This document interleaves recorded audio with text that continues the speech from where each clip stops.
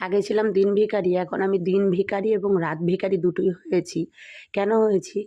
কাছের মানুষ, মনের স্পন্দনের মানুষ যদি আঘাত দেয় তখন আর কাউকে বিশ্বাস হয় না। আত্মীয়-স্বজন, পরিজন কি বন্ধু-বান্ধব তখন আর বিশ্বাস হয় না। এটাই হচ্ছে বাস্তব। তাই আমি কাকিমা পাটিসাপটা পিঠে করছে, এই যে কি সুন্দর পিঠেগুলো তুলছে। বইমেলার এখানে এসে আমরা পিঠে খাচ্ছি, হাতের জাদু।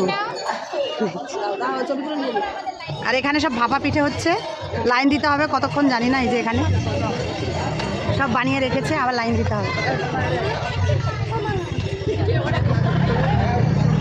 মনে দুঃখ হলে তোমাদের সাথে একটু শেয়ার করি। তার জন্য অনেক কমেন্ট পাই যে আমি হয়তো অভিনয় করছি। যেই যা ভাবো না কেন ভাবতে পারো, যেহেতু আমি সোশ্যাল মিডিয়ায় আছি। হাসি দিলেও অভিনয়, কান্না দিলেও অভিনয়। আমরা এখন চাকদার বইমেলায় চলে গেছি।